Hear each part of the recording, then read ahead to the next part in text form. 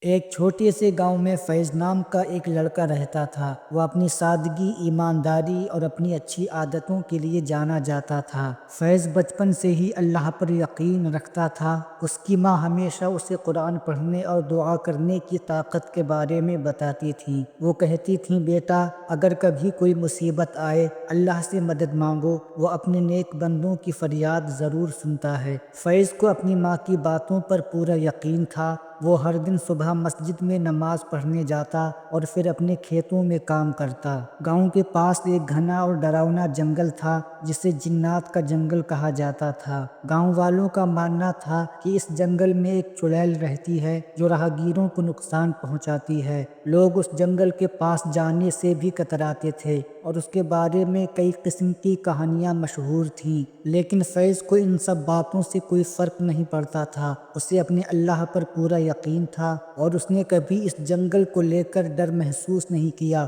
وہ جانتا تھا کہ اگر اللہ ساتھ ہو تو کوئی بھی بری طاقت اسے نقصان نہیں پہنچا سکتی۔ ایک دن فیض کو گاؤں کے دوسرے چھور پر اپنے چاچا کے گھر جانا تھا۔ اس کے چاچا بیمار تھے اور فیض کو ان کے لیے دوائیاں لے کر جانا تھا۔ چاچا کے گھر جانے کا راستہ اس خطرناک جنگل سے ہو کر گزرتا تھا۔ فیض کی ماں بہت پریشان ہوئی اور فیض سے کہا، بیٹا یہ راستہ خطرناک ہے، اللہ کا نام لے کر جانا اور راستے بھر آیت الکرسی کی تلاوت کرتے رہنا۔ فیض نے مسکراتے ہوئے جواب دیا، امی مجھے کسی بات کا کوئی ڈر نہیں ہے کیونکہ میرا اللہ میرے ساتھ ہے۔ یہ کہہ کر فیض نے اپنا سفر شروع کیا۔ وہ پورے راستے قرآن کی آیتیں تلاوت کرتا رہا اور اب جنگل کی گھنی چھایا فیض پر پڑنے لگی۔ چاروں اور گھنا اندھیرا تھا اور ہوا میں ایک عجیب سی ٹھنڈک تھی۔ بیچ بیچ میں ڈراؤنی آوازیں سنائی دے رہی تھیں، لیکن فیض کو ان آوازوں سے کوئی فرق نہیں پڑا۔ وہ اپنے راستے پر چلتا رہا۔ جیسے جیسے فیض جنگل میں گھستا گیا،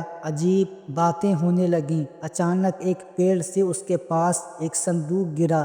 فیض نے دیکھا تو وہ ایک پرانا خزانہ تھا جسے اس نے نہیں اٹھایا۔ اس کے من میں یہ خیال آیا کہ یہ کوئی جادوئی چیز ہو سکتی ہے، اس لیے اس نے اللہ سے مدد کی دعا کی اور آگے نکل گیا۔ کچھ قدم ہی چلا تھا کہ ایک زوردار آندھی آئی۔ فیض کو لگا کہ کوئی اور طاقت اس کے راستے میں آ رہی ہے۔ اچانک اس کی آنکھوں کے سامنے ایک کٹا ہوا سر ہوا میں اڑتا ہوا آیا، لیکن فیض ڈرا نہیں۔ اس نے آیت الکرسی کی تلاوت کی۔ وہ سر ہوا میں گھومتے ہوئے اچانک غائب ہو گیا۔ فیض کے دل میں ایک عجیب سی طاقت بھر گئی اور وہ بنا ڈرے جنگل کے اندر چلتا رہا۔ جنگل کے اندر اچانک ایک ٹھنڈی ہوا چلی اور تبھی سامنے ایک بھیانک چڑیل ظاہر ہوئی۔ اس کی آنکھیں جلتے ہوئے انگاروں جیسی تھیں اور اس کا چہرہ ڈراؤنا تھا۔ وہ چڑیل اپنی بھینکر ہنسی کے ساتھ بولی، تمہاری ہمت کیسے ہوئی میرے جنگل میں آنے کی؟ کیا تم نہیں جانتے کہ یہاں کسی کا آنا اپنی موت کو دعوت دینا ہے؟ فیض نے ایک قدم بھی پیچھے نہیں ہٹایا۔ اس نے کہا، یہ جنگل اللہ کا بنایا ہوا ہے، مجھے کسی سے ڈرنے کی ضرورت نہیں ہے، اللہ میرے ساتھ ہے۔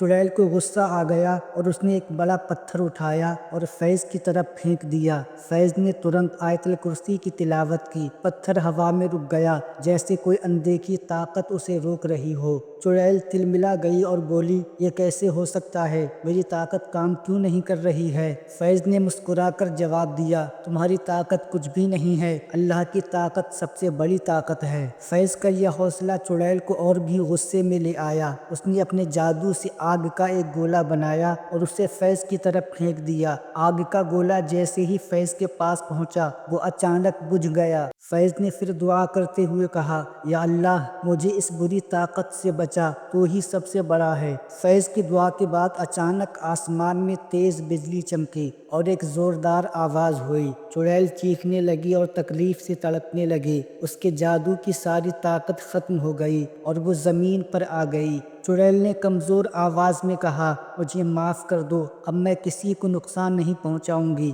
فیض اپنے چاچا کے گھر پہنچا اور انہیں دوائیاں دی۔ چاچا نے فیض کو دیکھا تو خوش ہو گئے۔ جب گاؤں والوں کو فیض کی بہادری اور اللہ پر اس کے بھروسے کے بارے میں پتہ چلا تو سبھی نے اس کی تعریف کی۔